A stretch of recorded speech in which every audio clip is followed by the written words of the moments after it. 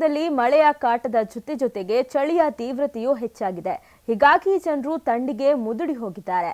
ಕಳೆದ 2 ದಿನದಿಂದ ಅತಿ ಹೆಚ್ಚು ಚಳಿ ಬೀಳ್ತಿದೆ.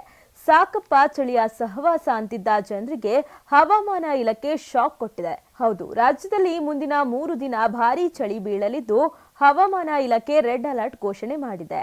ಈ ಮಧ್ಯೆ ಬಂಗಾಳ ಕೊಲ್ಲಿಯಲ್ಲಿ ವಾಯುಭಾರ ಕುಸಿತದ ಪರಿಣಾಮ ಈ ವಾರದಲ್ಲಿ ಮತ್ತೆ ಮಳೆ ಬೀಳುವ ಸಾಧ್ಯತೆಯೂ ಇದೆ ಅಂತ ಇಲಾಖೆ ಮುನ್ಸೂಚನೆ ನೀಡಿದ್ದು, ಮಳೆ ಚಳಿಗೆ ಜನರು ತಂಡ ಹೊಡೆದಿದ್ದಾರೆ. ಬೆಂಗಳೂರಲ್ಲಿ ಬರೋಬ್ಬರಿ 14 ವರ್ಷದ ಬಳಿಕ ಅತ್ಯಧಿಕ ಚಳಿ ಬೀಳಲಿದೆ. ಬೆಂಗಳೂರು ನಗರ ಮತ್ತು ಸುತ್ತಮುತ್ತಲಿನ ಪ್ರದೇಶಗಳಲ್ಲಿ ಮುಂದಿನ 48 ಗಂಟೆಗಳ ಕಾಲ ಅತಿ ಹೆಚ್ಚು ಚಳಿ ಬೀಳಲಿದೆ ಅಂತ ಹವಾಮಾನ ಇಲಾಖೆ ಮುನ್ಸೂಚನೆ ನೀಡಿದೆ. ಬಾಯಲ್ಲಿಟ್ರೆ ಬೆಣ್ಣೆಯಂತೆ ಕರಗುವ ಜೀನಿ ರಾಗಿ ಬಿಸ್ಕತ್ ಹಾಗೂ ಮಕ್ಕಳಿಗೆ ವಿಶೇಷವಾಗಿ ತುಪ್ಪ ಮತ್ತು ಬೆಣ್ಣೆಯೊಂದಿಗೆ ತಯಾರಿಸಿದ ರಾಗಿ ಸರಿ ಹಿಟ್ಟಿನ ಬಿಸ್ಕತ್. ಅಲ್ಲದೆ ಕೆಲವು ಕಡೆಗಳಲ್ಲಿ ಬೆಳಗಿನ ಜಾವ ದಟ್ಟ ಮಂಜು ಕವಿಯುವ ಸಾಧ್ಯತೆ ಇದ್ದು ಜನರು ಎಚ್ಚರಿಕೆಯಿಂದ ಇರುವಂತೆ ಸೂಚನೆ ಕೊಟ್ಟಿದೆ. ಇಂದು ರಾತ್ರಿ 12 ಡಿಗ್ರಿ ಸೆಲ್ಸಿಯಸ್ ಉಷ್ಣಾಂಶ ದಾಖಲಾಗುವ ಹಿನ್ನೆಲೆಯಲ್ಲಿ ಚಳಿಯ ತೀವ್ರತೆ ಜಾಸ್ತಿ ಇರಲಿದೆ.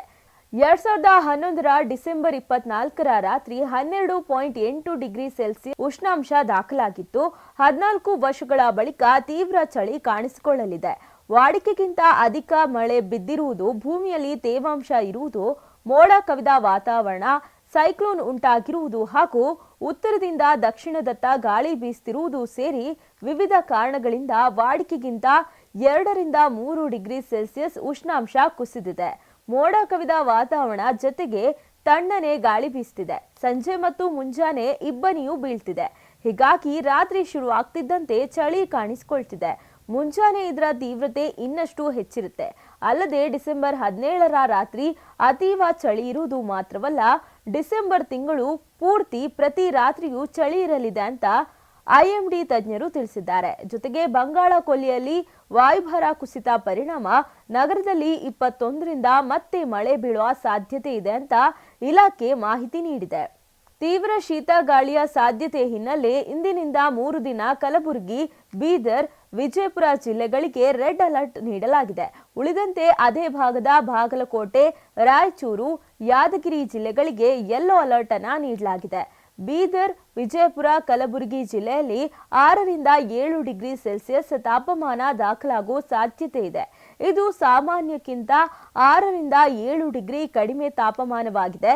ಇನ್ನು ಯಾದಗಿರಿ, ರಾಯಚೂರು ಮತ್ತು ಬಾಗಲಕೋಟೆ ಜಿಲ್ಲೆಗಳಲ್ಲಿ ಸಹ ಶೀತ ಅಲೆಯ ಇರಲಿದ್ದು, ಅಲ್ಲಿ ತಾಪಮಾನ ಸುಮಾರು 10 ಡಿಗ್ರಿ ಸೆಲ್ಸಿಯಸ್ ಇರಲಿದೆ.